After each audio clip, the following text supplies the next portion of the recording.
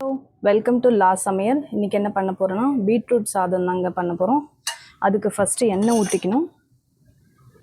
எண்ணெய் காஞ்சிடுச்சுங்க. கடலைப்பருப்பு, கொஞ்சம் உளுத்தம்பருப்பு, இது நல்லா செவந்துருச்சுங்க. அது கூட 3 காஞ்ச மிளகா, ஒரு பெரிய வெங்காயம் ஒன்று எடுத்துருக்கேன். வெங்காயம் கட் பண்ணி வச்சுருக்கேன். அதை போட்டு நல்லா வதக்கிக்கலாம். இது கூட கருவேப்பிலையும் போட்டுக்கலாங்க. இந்த சாதம் லஞ்ச் பாக்ஸ் ரெசிபியாக போடலாம், குழந்தைங்களுக்கு கொடுக்கலாம், நல்லா கலர்ஃபுல்லாக இருக்கும். இது நல்லா வதங்கட்டும். இப்போ வெங்காயம் வதங்கிடுச்சுங்க. அதுக்கு வந்து இப்போ பீட்ரூட் 2 பீட்ரூட் எடுத்து நல்லா துருவி வச்சுருக்கேங்க. ஸோ இப்போ அதை இந்த ஸ்டேஜில் ஆட் பண்ணிக்கலாம்.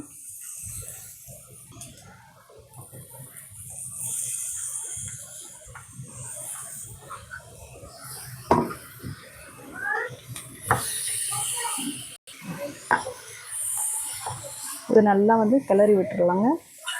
இப்போ இது கூட சேர்க்க வேண்டிய ஐட்டம் சேர்க்கலாம். ஒரு 1/2 ஸ்பூன் மஞ்சள் தூளுங்க. இந்த டிஷ்ஷுக்கு தேவையான உப்பு போட்டுக்கலாம். ஒரு 1/4 ஸ்பூன் மிளகாத்தூளுங்க. ஒரு 1/4 ஸ்பூன் கரம் மசாலா. அவ்வளோதாங்க. இது எல்லாத்தையும் சேர்த்து நல்லா ஒரு மிக்ஸ் பண்ணிடலாம். சூப்பராக இருக்குங்க.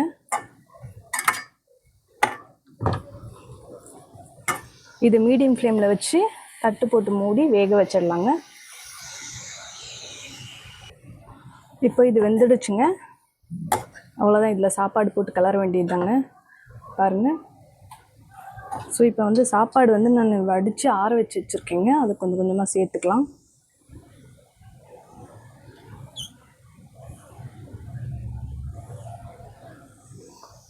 அவ்வளோதாங்க. இப்போ இதை நல்லா மிக்ஸ் பண்ணணும். மிக்ஸ் பண்ணிவிட்டு காமிக்கிறேன். இப்போ பாருங்கள், நல்லா மிக்ஸ் பண்ணிவிட்டேன். இப்போ மேலே வந்து கொஞ்சமாக கொத்தமல்லி ஆட் பண்ணணுங்க. கொத்தமல்லி ஆட் பண்ணிட்டு நல்லா வதக்கி விட்டுடுங்க. அவ்வளோதாங்க. குழந்தைங்களாம் வந்து பீட்ரூட் பிடிக்கலன்னாங்கன்னா இந்த மாதிரி துருவி போட்டு செஞ்சு கொடுங்க. சூப்பராக இருக்கும். அந்த கலருக்காகவே சாப்பிட்ருவாங்க. பாருங்கள், சூப்பரான பீட்ரூட் ரைஸ் ரெடி ஆகிடுச்சுங்க. பிடிச்சிருந்தால் லைக் பண்ணுங்கள், ஷேர் பண்ணுங்கள், சப்ஸ்கிரைப் பண்ணுங்கள். மறக்காமல் உங்கள் ஃப்ரெண்ட்ஸ் அண்ட் ஃபேமிலிக்கு ஷேர் பண்ணுங்கள். பீட்ரூட் ரைஸ்ங்க. தேங்க்யூ.